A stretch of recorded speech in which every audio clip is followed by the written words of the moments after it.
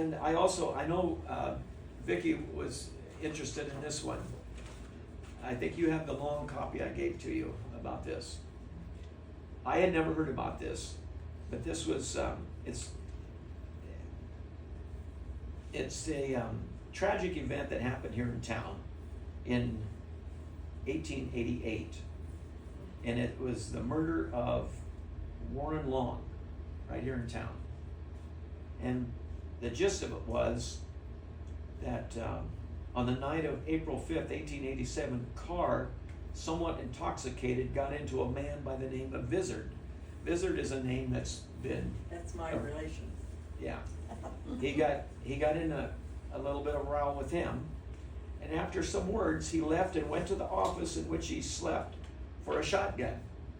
He got it, and shooting through the floor, excuse me, shooting through the floor to see that it was in good shape, he started out to shoot Vizard that he got in a fight with. But along the way, he met Long with a party of 3 other men, and they tried to interfere and dissuade him from shooting, but warned him to stand back. Long, however, did not do so, but stepping towards Carr said, "You would not shoot me, would you, Ed?" Carr drew up the gun and fired, killing him instantly. Carr was found sleeping in the office in the morning and placed in jail there. The first trial was held before Judge Tiffany during the spring term of 1887, and was found guilty of murder in the first degree and was sentenced to be hanged November 14th, 1887. I do know that they had another trial because they thought there was a mistrial, and he was sentenced to life imprisonment. I had never heard of that, and that is not. You said was 3 Long. Yeah, there was actually 3 Long families, and they. In the St. Edward area, but that was not. We weren't all related. No, yeah. Yeah. But I had never heard of that before. This is 1895. December 25th, the largest and most successful entertainment of the kind ever held in this vicinity occurred last night at the Opera House. The Opera House is probably also the Lyric Theater area, or at that time, before there was Lyric. It was the 2nd annual masquerade ball of the St. Edward, and I'm not sure how to pronounce this, I can't, Nice of Pythias. And the hall was crowded, over 100 numbers being sold. This is a masquerade ball. What might have been a serious accident occurred around 11 o'clock, just as the dancers formed on the floor preparing for their unmasking. The center post holding up the floor crashed through the bottom floor, and the large crowd made a rush for the door, but prompt action saved it.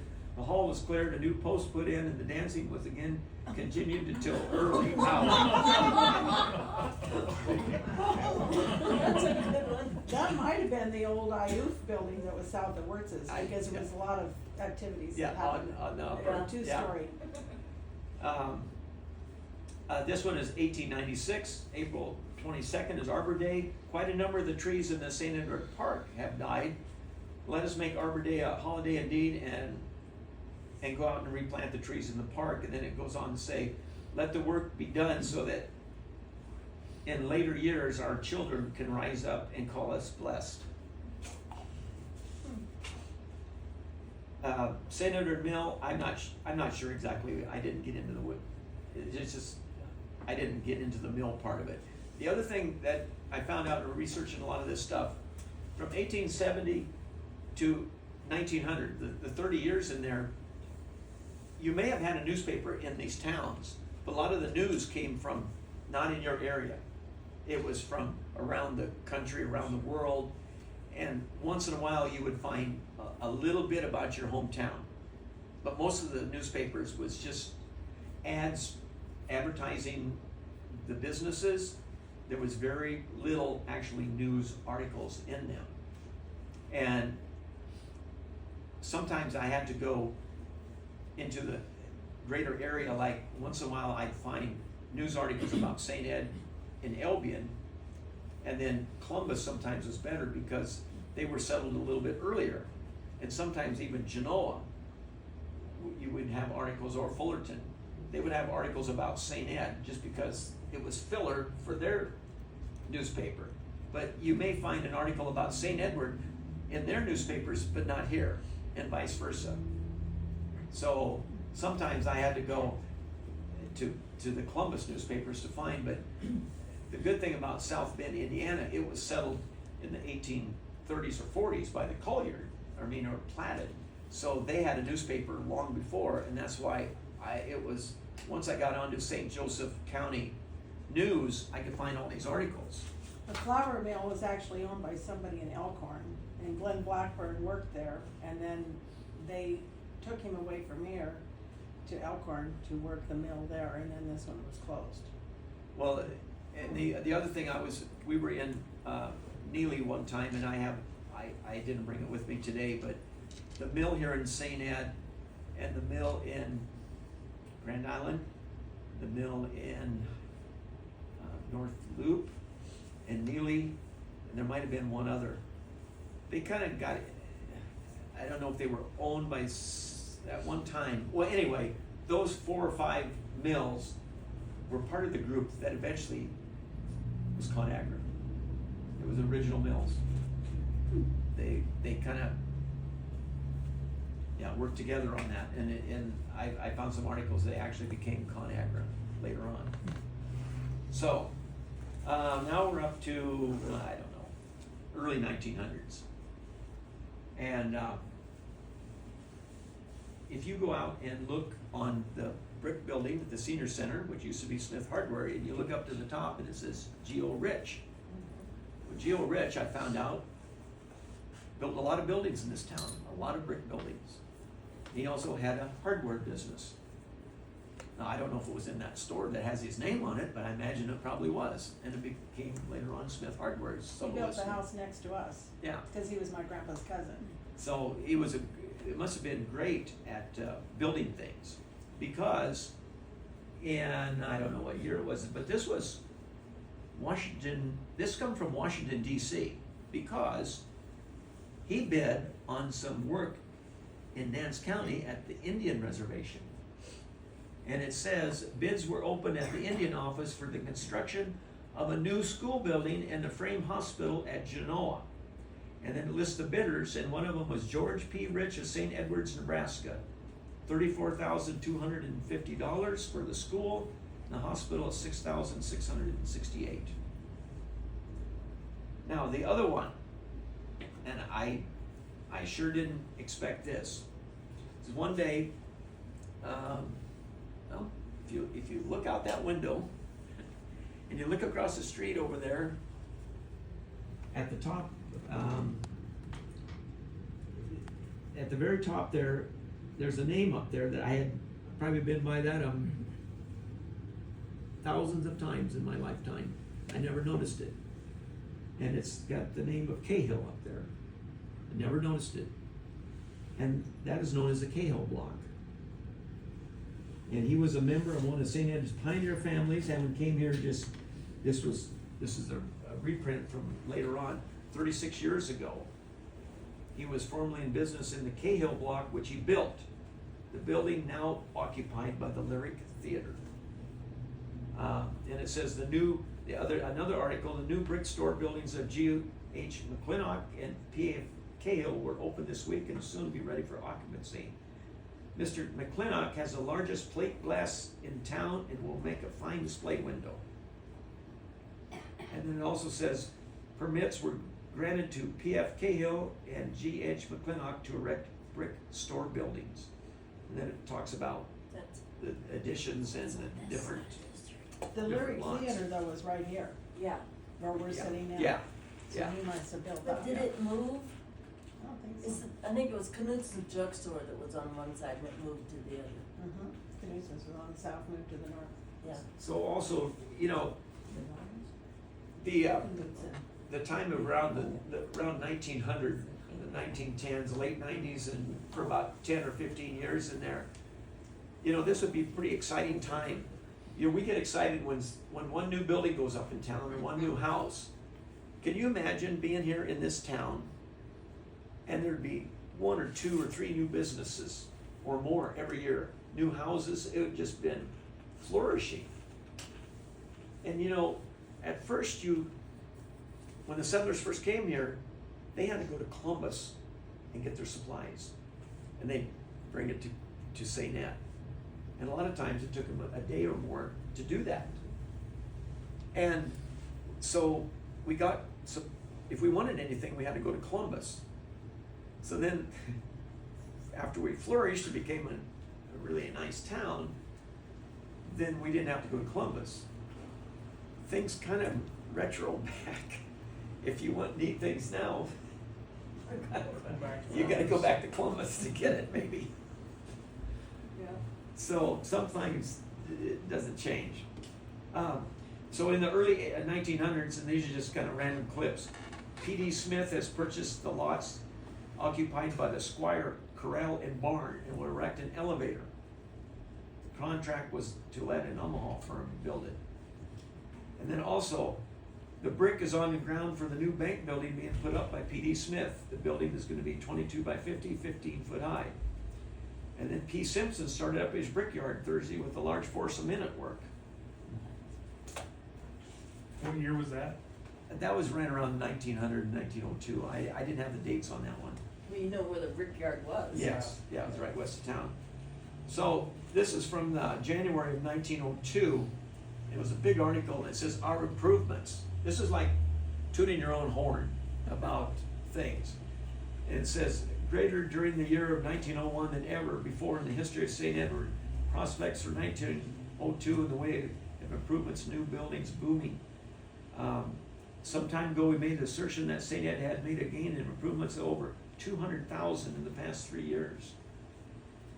And it said at that time that, and they were talking about the new stuff, Nell's Hasselback residence, the Omaha elevator, mill, others houses being built, and that would swell the amount to over 200,000 for 1902.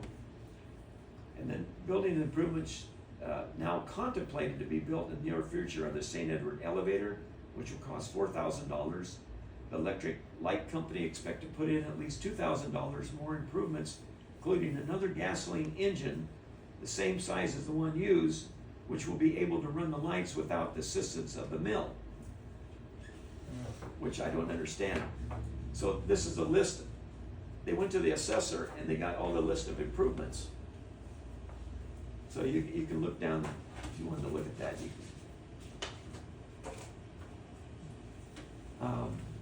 This is just, I'm not gonna read it. This is just about the new elevator, the roller mills, and the Knudsen and Larson warehouse. And then the Knudsen and Larson says, we moved. And it says, into our new building where we are putting in the largest stock of farm machinery ever brought to Boone County, where the farmers can buy anything from a burr or bolt to a steam threshing outfit. Be sure and call. And then we get to the biggest headline, big fire, the most destructive fire that ever occurred in the history of St. Edward. The most destructive fire, 4 o'clock Wednesday morning in the east part of the Egan block. This was May 9th, 1902. The following business buildings were consumed: Harry Richmond's restaurant, W.D. McGraw's barbershop, C. Boardman's meat market, F.H. Roselle's drugstore, Nell's Hasselback's old store building, K. Wood's building, A.D. White's drugstore, and Robert Hardy's dwelling. It was all burnt. The fire was well under headway when discovered, and those who occupied upstairs rooms in the Egan block narrowly escaped with their lives. The only way to escape was through the windows, reaching the ground by the aid of a telephone pole. The heat being so intense that the large plate glass fronts of Nell's Hasselback's, Gunther Needham and Company, and the post office were badly damaged. And then it goes on to talk about how much they lost in insurance, and if they had insurance. And then one thing I didn't understand this, T.W. Rillis' photograph car was rolled out of the reach of the fire. The contents were ruined. I don't know what a photograph car is, unless it was on a wagon and they could go in there to to take studio pictures, maybe. I have no idea what a photograph car, Did you see the cause of the fire? but, What caused the fire? Caused it. they don't know. The electric light and telephone system was damaged to a certain extent, but was placed back in running order before noon of the same day. Then it goes on to say, one thing is certain, our fire department and apparatus is insufficient.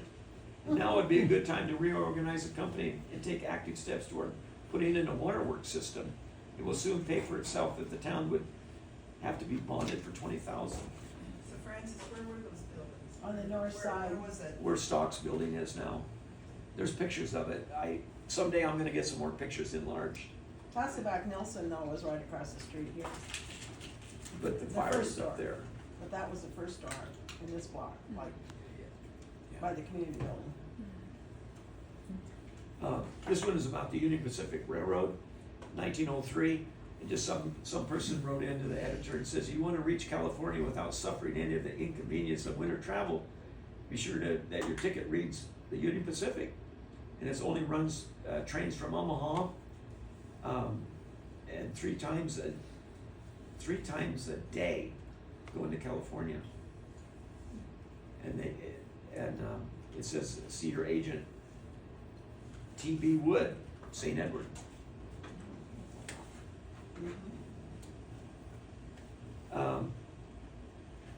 This is about this is about the school building.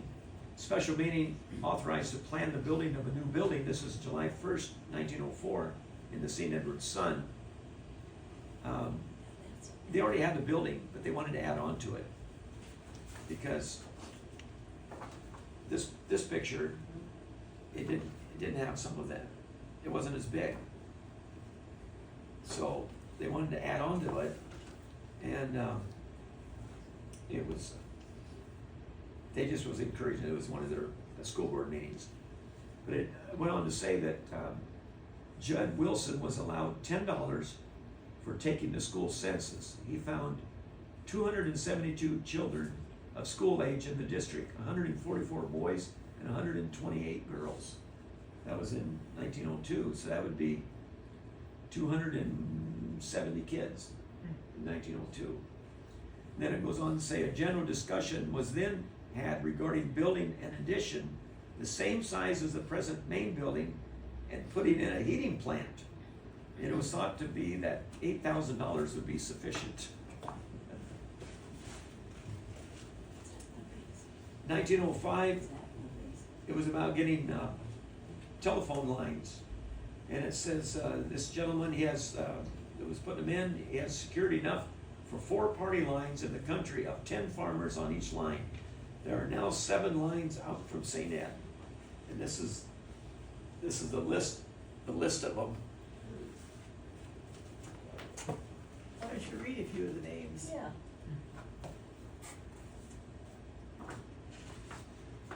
Well, let's see.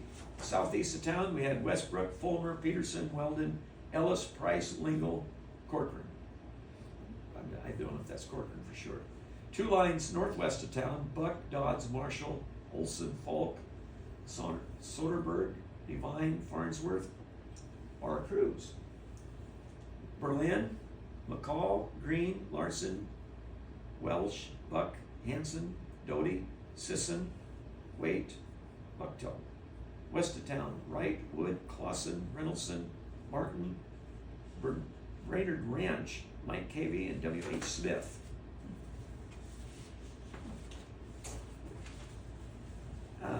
This is about the 1909 New Lyric Theater. We'll soon have a moving picture. It will bear the popular name Lyric, and it would be W. Virage and E.D. Beaths Jr., proprietors. They will show 6 nights in the week with the change of program each night.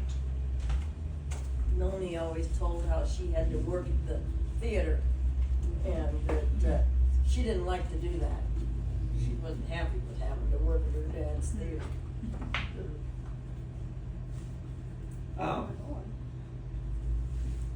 This is about, this is about the kind of like the Evergreen Cemetery. I didn't really find out too much about the Evergreen Cemetery, there's ways to find out more, but not in the newspapers I was reading. But I did read, I come across this, and for years I didn't even know what this stood for, the GAR, and that's the Grand Army of the Republic. I wasn't really familiar with that for quite a while. And that's basically the North. And this says, the headline was "The Dead Remembered," and this is 1902, St. Edward's Sun. Memorial service for the Grand Army of the Republic will be held on Sunday morning at the Presbyterian Church. And then, because at that time they would have services at the churches, and then they would sometimes march out to the cemetery. This one was, they would decorate the graves of the GAR sons of veterans and Spanish American veterans and their friends. And there's 2, 4, 6, 8, 10, 16. There's 17 names on this list here that was in the Civil War, that's buried in Evergreen Cemetery. Wow. Crozier, Abbott, Flory, Osmond, Farrell, Dwyer, Mentz, Swords, Orander, Williams, Reed, Durand, Steinbach, Whitney, Kenfield, Loudon.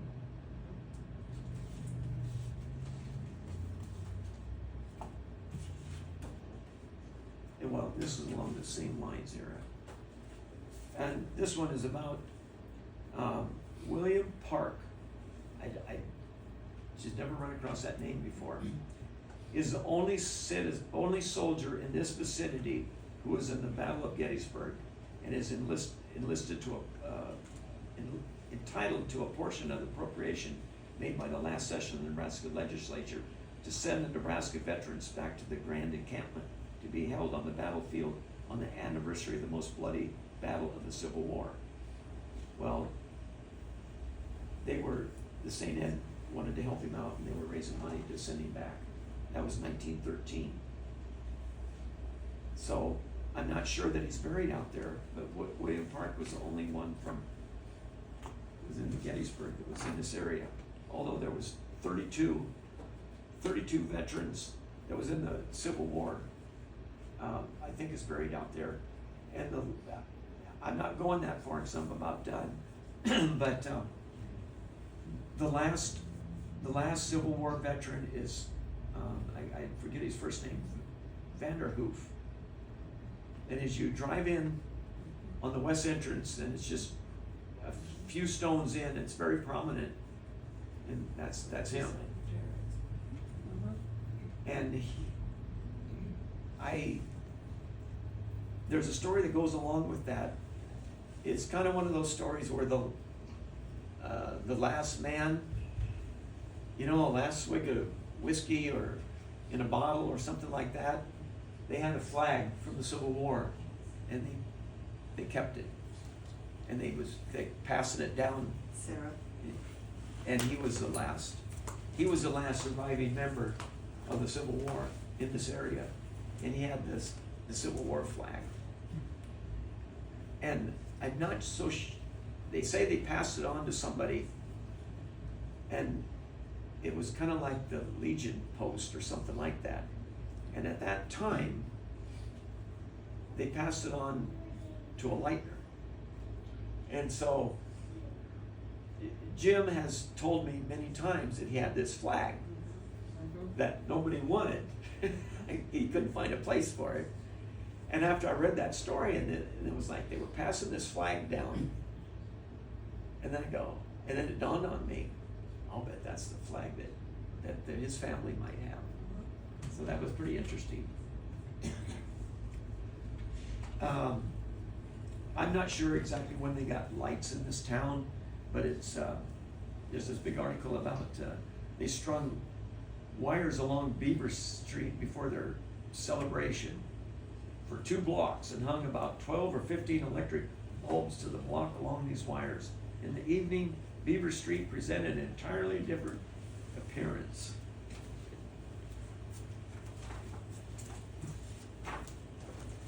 In 1911, the Lyric Theater is now moved to this new location, what was formerly the Knudsen and Larson building. This week, the building has been seated with new seats, and St. Ed now is a moving picture show that discounts many and much in larger place. Also, I just threw this in because it was kind of along the same lines. This is a little bit later. It's in 1930, but it talks about the billiard hall. They had to vote on it, whether they could have a billiard hall here. And it was also billiard hall on east 44 feet in block 84 to be granted. And then also the case to operate a bowling alley on the west 22 feet of block 84. That's most of what I got, but I wanted you to, a few little tidbits, and it's kind of at random. This was in 1877. You know how we always complain about the weather? It says, suppose we ease up on the weather for a while, it's doing well enough. You know, this is 1877. Okay, also in that same article, the large submarine monster seen above the dam in the mill pond has not been captured yet. And the lightning rod man, you remember that, I'm sure back then, it's just like when we used to have a lot of traveling salesmen stop, or, you know, it's kind of like picking up your phone or your computer and, oh my gosh, they're advertising all this stuff, but I was just talking about it, you know, how that goes? Well, this is kind of the same thing. The lightning rod man, the tree peddler, and the sewing machine agent meet us on every corner in town. Is there anything in the bird law to prevent a fellow from killing a few of them? And that was in 1877. In 1928, Denny will get a kick out of this one. Isaac Walton League plans for distributing wild turkeys and stocking the Bogus Creek with trout. Yes. Unbelievable. In 1918, the gravel pit on Corcoran started, and they found bones there, and they sent that into the university and to Hastings Museum. And we had to relook that up today because I thought it was mastodon bones, but at one time it was mastodon camels and tortoises, and the other one was the straight horned buffalo and some elk tooth. They said that predated the Ice Age. Yes. So. And the other thing that they found was somebody in town here doing some concrete work, and they got the sand and gravel from the pit. He was doing finish work, and he noticed something in the cement, and it was an arrowhead that had got through, clear from the sand pit, all the way through the process, and they found it. The other story is Adam Smith, and this kind of goes back to when the land here was, part of it was, half of it was railroad and half was the government. Well, the people in this county decided, well, they had a scheme. If the railroads owned half the land, and they were paying taxes on their land, they were actually paying taxes to the government or to the county. So they had this plan where they would build stuff on the railroad land, and then they would pay the taxes on it. Well, trying to get the railroad to pay the taxes on something they built didn't work so well. They refused to pay it. So the Boone County was in debt for about $40,000, and that had been a lot of money back then. So this is where Adam Smith come in. He was a wealthy guy from Chicago, and he said, guess what? I think I have a solution to that. I will pay the fines and the taxes if I can buy this land. And that's what he did. And he ended up with 128,000 acres in Boone County. And he also built the road to Silver Creek. That was part of the stipulation for the railroad, because he was involved with he was helping out the railroad, and he was getting something in return.